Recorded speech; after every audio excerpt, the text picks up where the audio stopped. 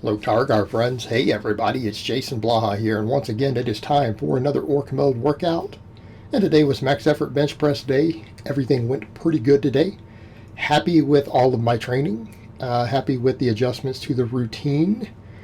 And I think other people will be too. And people have to remember, again, there was a lot of goofy trolls who were like, oh, you got weak at benching. Yeah, it's due to a shoulder issue from pull-ups.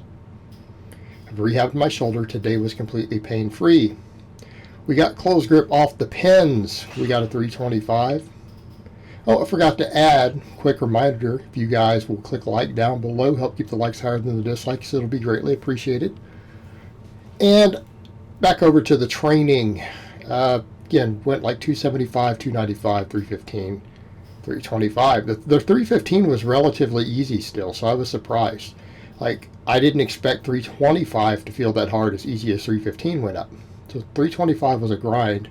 I also had like someone in the comments say, you seem to really struggle breaking it off the pins. That seems to be your hard spot. What's the weak point? It's like that's that means there is no weak point. In other words, that's normal. That's where 90 to 95% of lifters fail. The pin press. Okay? That's not indicative of any weak link. Again, I had to grind a little through the lockout, but it wasn't that bad, all things considered. And yes, I'm doing my new tighter setup right now. I'm going ahead and just practicing that over and over and over. And I think what I'm going to note here, I've realized messing with a lot of the wide grip stuff in the floor pressing, I feel like the closed grip press is just done better at building my strength when I use it for volume. So I think that's the route I'm going to go. I've gotten to the point where I feel so much more comfortable with closed grip pressing. Look, I'll mess with hitting some wide grip maxes every now and then, but I'm just going to train to get as strong as possible on pressing, and closer grip stuff does better for me. And if the volume gets high enough and I mess with some of my new tools and toys that I'm going to be using, my pecs will grow, my chest will get bigger, and if I end up getting it big enough, then we'll see how the leverage advantages change from that over time, and the wide grip may go up. But at this point, I'm going to focus on just building the chest off of close grip variations and speed work. And yes, I have other equipment that will help with some of that, by the way. The Buffalo bar definitely helps there, but I'm going to rotate through bars, chains, bands, board work, whatever I need to do. I'm going to have multiple ranges of motion I can do for that. So we're just going to hammer that close grip because, again, I hit that 352 with the Buffalo bar on close grip right before the problem. I was well on track for my goals for the year. It might just be the case I'm just stronger on close grip, so let me just go ahead and overdevelop all the muscles involved. So delts, triceps. And for me, back really matters a lot. That's one of the theories I have as to why I'm better at close grip. Just mainly with my long arms, I don't get the real leverage advantage. One of the big perks guys get out of the wide grip is that it shortens the range of motion. I have such long arms it doesn't help. I just have to muscle my way through it.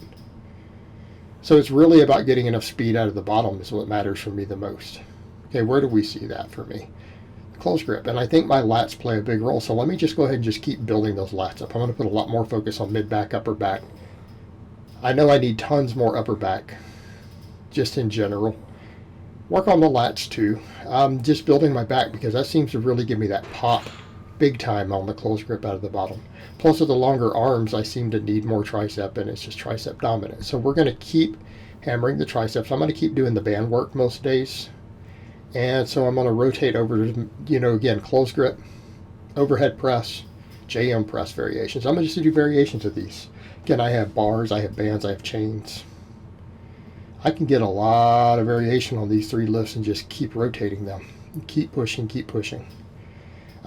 First set on these, though, today, I went with 235, and I was hoping to get 10, and I only got 8 the first rep, and it felt really tough. But then I got 10, and then I got 11. I got 11 on the last set. I just had to dig in, and I just had to get used to doing this with straight bar again. That's it. Took me a couple sets, a set or two to get really ramped. Also, I was a bit fatigued right after that max, and I needed that longer break because I ended up taking like 6 or 7 minutes after the first set. I'm like, whoa, I'm just fatigued. And that was enough time to recover from the maxing. And then I came in and started getting more and more reps. But, you know, I felt like it was a limit set on the last one. We're up to 235 there. So what is it that I did last time I was close gripping? Before I ran over to floor press and then I hit that big close grip PR. 245 for 10. So we need to get back to that. That's the first milestone. Get back to 245 for 10s. Then what? Get to 250 for 10s. And we need to do it on a couple different bars. Close grip, close grip, close grip. But then we'll say, well, how do we build a close grip bench? Overhead pressing helps. JM presses help. The close grip is a great general strength builder, and if it turns out that I'm just stronger all around on close gripping, so be it. I will still test wide grip every now and then, though, to make sure. Because, again, that may change as my pecs just get bigger. Might change as my pecs get bigger, which we can do with the close grip work and stuff like, again, you guys will see another bar I have that should be here any day now. Overhead pressing, I went narrower again. I'm like, let me just pull it back in. Similar to close grip. First set or two, it went meh. So I'm trying to get this dialed back in. I increased weight again, got 12s. I'm not happy completely with my bar path and everything, but again, what do we do with shoulder mobility? People are like, well, it seemed like your shoulder mobility had improved slightly. Well, it's just with a really wide grip. Okay, I'm training all the muscles involved. I do enormous amounts of mobility work. Plus, I'm doing all the upper back training and stuff, which helps just in general with that. But it's just problematic for me. So I don't get really what I would like as a full lockout. And it doesn't help that, you know, that's the way my elbows go. That is my skeleton. That's where my elbows stop. So then you combine that with a little bit of shoulder mobility not being great in that direction. It's great in other things, right? I can do like deeper stuff on the bench just fine. I do certain things with a squat bar just fine and pinch back really tight. It's just overhead stuff. So, I mean, I'll keep working on it. I've got stretches and mobility movements I do. And I'm not going to cut them out, even though right now I don't feel like they're really helping me. I'll keep them in, because maybe eventually, as I continue to build up the rear delts and stuff, and I do all the stretching and things, maybe over time it will help. But the standing press really works a lot of muscles that I need to work. All that back musculature, the whole upper back gets worked. Front delts, triceps. Okay. So I'm going to keep pushing it, but just for volume. I don't plan on maxing on it anytime soon, because look, I mean, people will say, oh, you can't lock it, therefore it's not going to count. It's like, I can't lock the empty bar the way that most people want me to. I can't do it with a broomstick. And the range of motion is the same. People pointed that out. They're like, his range of motion is the same on the ramp up. It's not like he's cheating reps when it got heavier. So, you know, what do you do? But it's a great muscle builder for my goals. So I'm going to keep training it. Right, I'm going to keep training it. Again, I'm not perfectly happy with the biomechanics on it. Wrist position, bar path, any of that. It all needs work. But we'll work with it. And I'll keep the reps higher so that I can continue to try to work on technique and just build muscle and not try to max out or anything on pressing right now. Not going to worry about it. The strength would be there to max out later anyways if you just do enough volume and you're maxing on other presses. Then we did JM presses with chains. Why with chains? Well, because I want that extra lockout strength on my benching. Hey, my close grip, my triceps tend to sometimes be a limit at the lockout. This not only builds triceps in a way that carries over very well to close gripping and benching in general, we'll hit the lockout strength really hard with some chains. And I'll mess with reverse bands and other stuff too. And I might go back to straight weight. I might use the axle bar. But we did basically 10s. And I think, again, I pushed the last set up to about 11. Did 3 sets. So I'm just doing 3 sets of everything. People would say, well, why don't you need more? No, because look how many exercises I have. I've got enough exercises. 3 is fine as long as they're challenging hard sets. And then keeping in mind, I do a bunch of smaller work. I easily do, for the bands, 20 sets of band curls every week, 20 sets of banded tricep press downs every week. So I'm getting a lot of volume for those smaller muscles that need it more. But when we start adding it all up, the pressing volume is pretty high, especially with the speed work thrown in. 3 sets of close grip twice a week, 3 sets of overhead twice a week, and then if I do 3 sets of JM presses twice a week, that's a lot of pressing volume. That's not counting the maxes or the speed work. Okay, that's a lot. And you've got to remember, what might people argue, well, maybe your triceps need work. Well, we have all the band work. And I do all that restoration work to keep my tendons healthy so that I can do the JM presses and stuff, because the JM press will have an enormous carryover to tricep strength. This is one of the top tricep strength builders you could possibly do. Plus, I'll start messing with some board work and stuff too for reps. Some of the close grip days will end up being a little bit of board work for high reps. Right, we'll build all that, but then we'll use the bands also. Same thing, band curls. And then I do some band pull-aparts. Well, I tend to do those in the middle of the final workout. I like to do them between my sets of reverse hypers and stuff. And then all the rowing volume's pretty high. But if we think about shoulder girdle, people say, well, your delts need more. Well, we're going to do the snatch grip high pulls. And keep in mind, rear delts get worked with all the other rowing. All that rowing I do in the band pull-aparts is a lot of volume for the rear delts.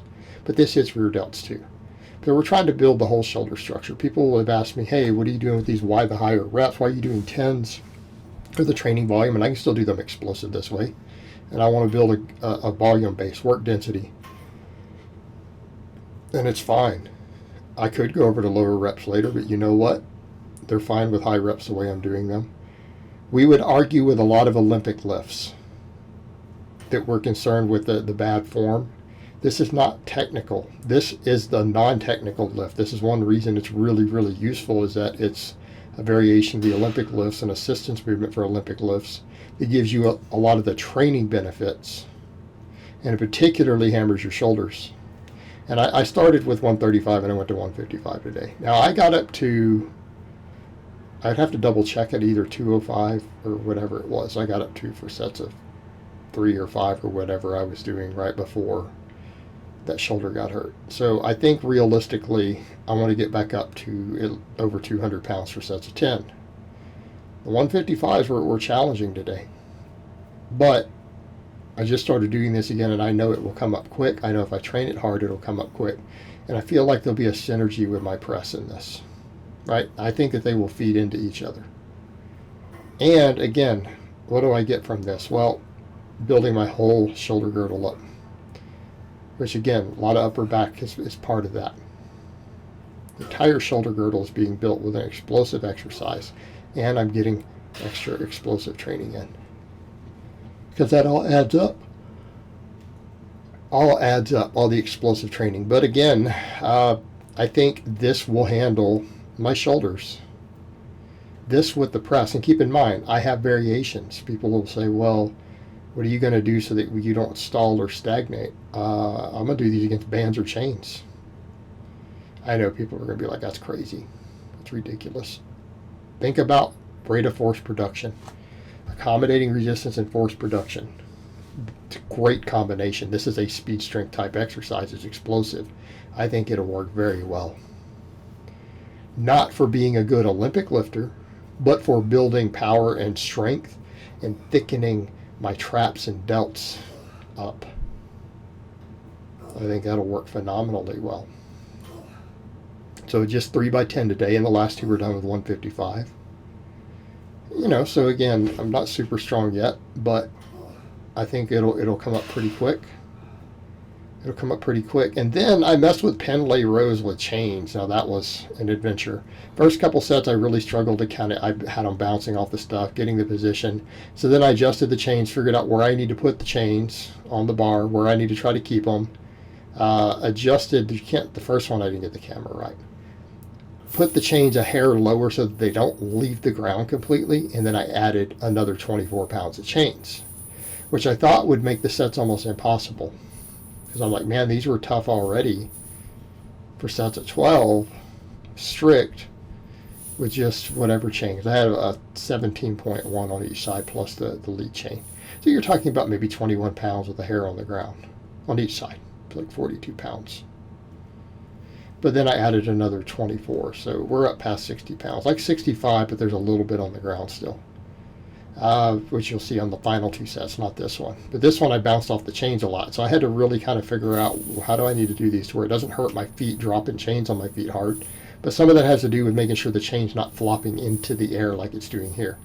So I lowered it a little bit further and then added more weight. And it felt surprisingly good. Once I really got it dialed in, the chains, and figured out kind of what I need to do with the chains on this. See, there's all that getting all catawampus on me. But once I've got that dialed in, I got a tremendous burn through my middle traps and lower traps and lats and everything, but definitely that whole mid trap. And that's part of what I want from this. One reason to mess with some of the accommodating resistance. Again, this is an explosive movement. Pendlay rows are meant to be fast and explosive. Doing that against bands and chains has benefits, and I'm going to do them on the squat and deadlift days with the axle bar as a grip training tool. It still gives me a lot of the row benefits, but we're going to try to get most of the rowing benefits themselves out of the upper body days. So I'm going to use, again, accommodating resistance, rotate around with bands and chains. That'll give me exercise variation. But again, I also thought about that too with stuff like chains. Again, because it's loading heavier near the top and the mid traps and things get worked really hard there. I need those mid traps to come up for my squatting. Potentially my deadlifting, but my squatting, I definitely need that whole region thicker and stronger. My bench could use it too. So it lets me kill a couple birds with one stone. So I can really use this exercise to get a lot of efficiency for what I want to do across the board. Because I need my entire back bigger and thicker. And people say it's big and thick already, but it needs to be more bigger and more thicker. Goals, people. We want to get strong or not. We've got to pursue body composition at this point. More muscle, less fat. But good workout, really happy with everything. I feel like all my pressing is back on track. So I hope it's been informative, and I will talk to you guys next time.